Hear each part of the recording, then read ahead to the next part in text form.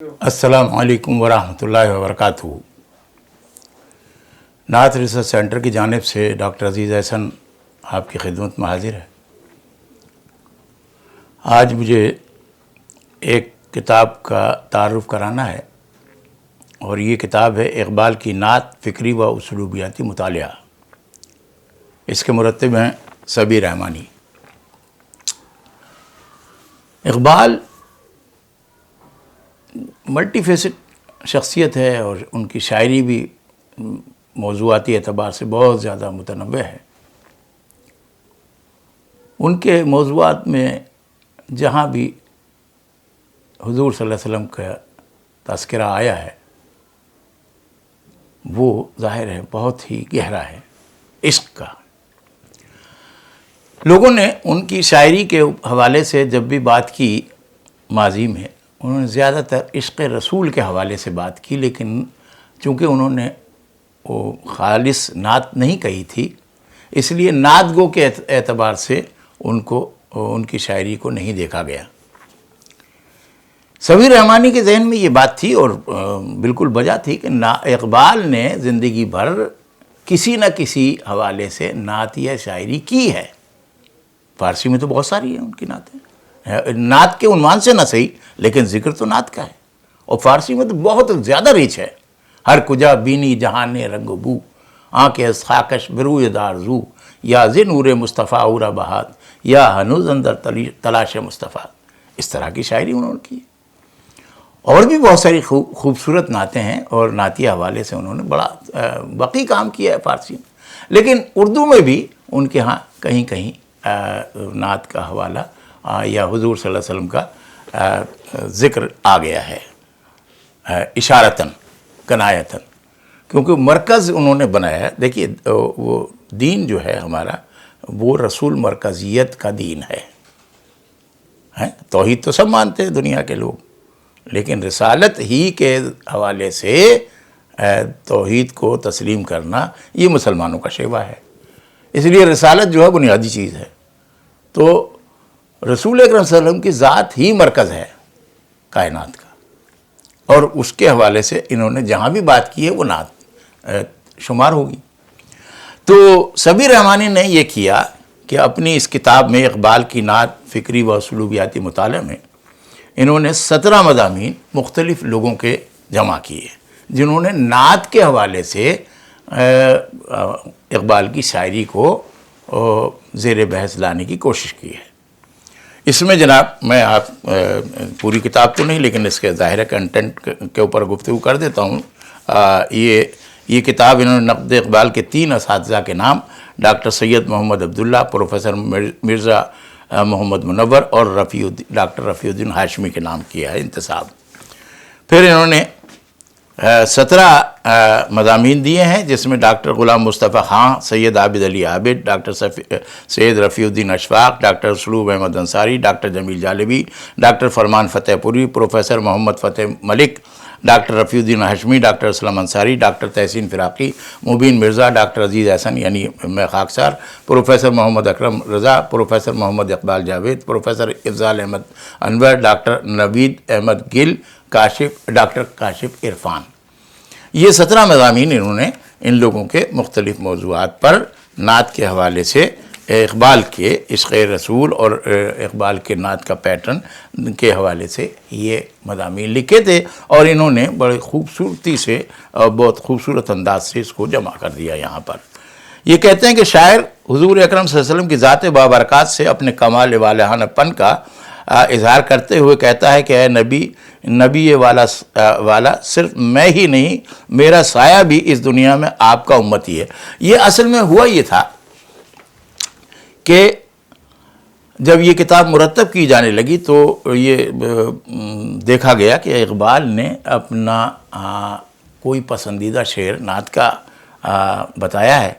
तो इत्तेफाक की बात है कि मुझे ये मिला कि जनाब सैयद फ़कीर वहीदुद्दीन ने रोज़गान फ़कीर की पहली जिल्द में सफ़ा नंबर 147 पर एक मुकालमा लिखा कि सैयद अमजद अली ने डॉक्टर साहब से पूछा था कि आपका पसंदीदा शेर कौन सा है।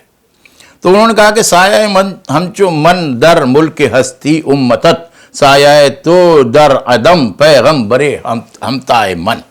یہ قصائد عرفی میں سے یہ ایک شعر تھا جو تعلی پر مبنی ہے، جس کا میں نے ابھی یہاں بیان کر دیا کہ شاعر کہتا ہے کہ حضور کی کا کمال بالغانہ پن کا اظہار کرتے ہوئے کہتا ہے کہ اے نبی، اے والا، صرف میں ہی نہیں، میرا سایہ بھی دنیا میں آپ کا امتی ہے. اس کی بڑی تشریحات ہیں جو اس میں لکھ دی گئی ہیں، انہوں نے لکھا ہے.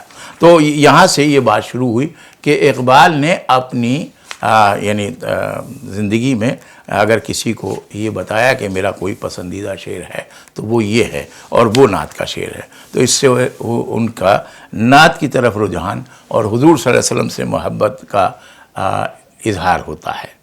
پھر ڈاکٹر غلام مصطفیٰ کی تحریر ہے کہ علامہ اقبال بارگاہ رسالت میں، اور دوسرے لوگوں کی بھی بہت ساری تحریریں ہیں.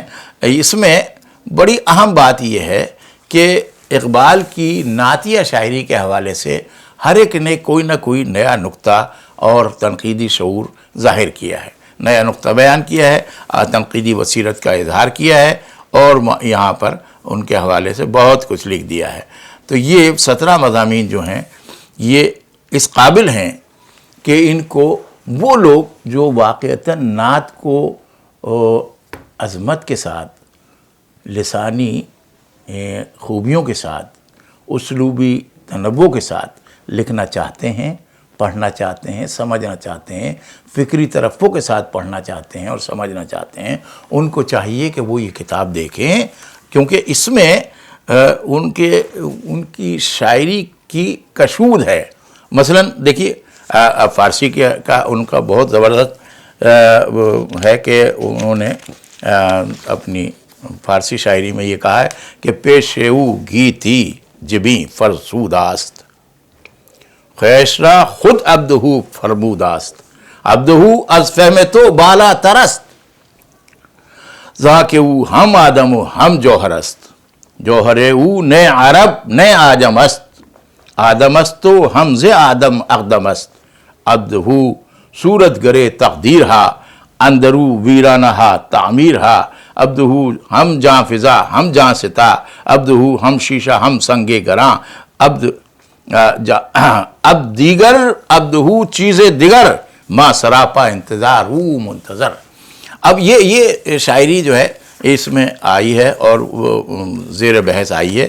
کلام شاعری میں نعتیہ عناصر کا ذکر کیا ہے، اور یہ تو سبھی جانتے ہیں کہ سبق ملا ہے یہ معراج مصطفیٰ سے مجھے کہ عالم بشریت کی زد میں ہے گردوں، در دل مسلم مقام مصطفیٰ است، آبرو ماں ز نام مصطفیٰ.